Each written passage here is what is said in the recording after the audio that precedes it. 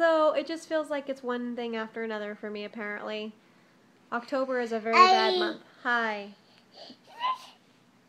That is YouTube. Say hello.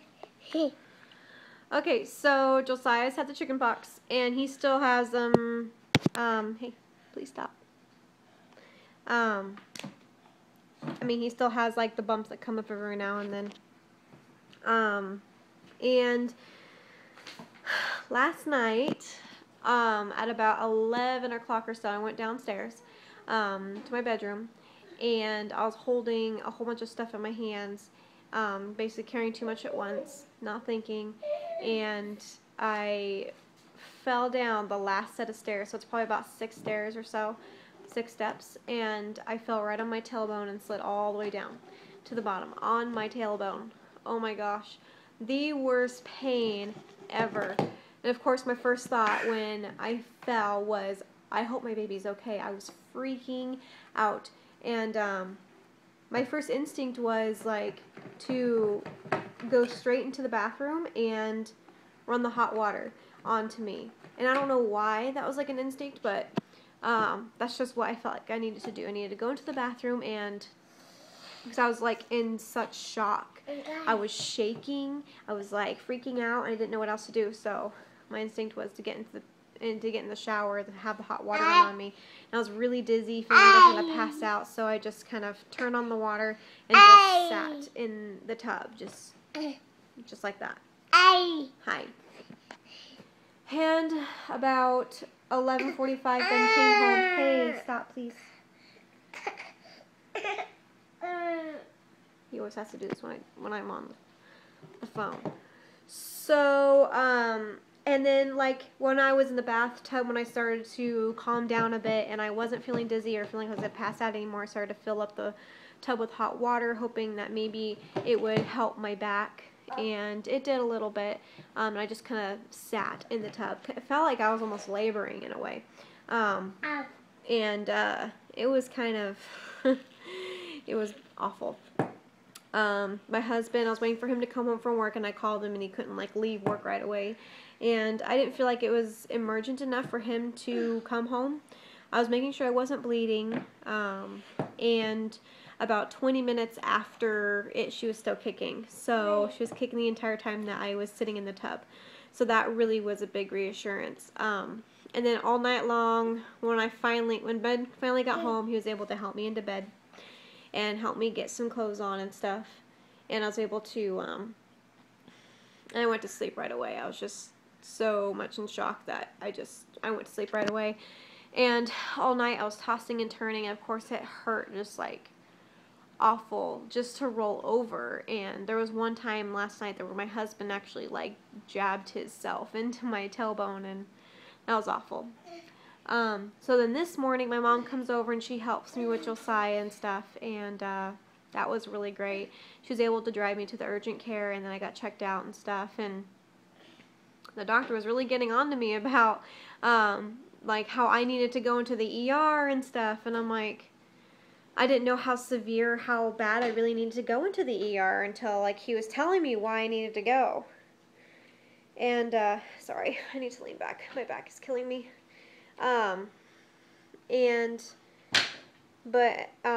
he was feeling like going for the fetal heartbeat and stuff, and he found her, and everything was all fine. I mean, she's fine. I told him she's been kicking, just like regular. She hasn't changed in her kicking at all, and I haven't had any other pain except for the tailbone pain.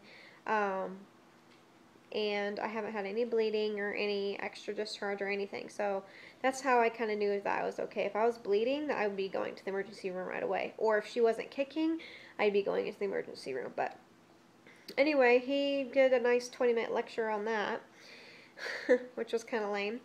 And of course, ouch, sorry. And of course he had to do like a lecture about how I needed a midwife that's acquainted with a doctor and all of that stuff. And I'm like, I have a normal pregnancy, and I've had normal pregnancy before this, normal birth, and so he was just getting on to me. So that was just lovely.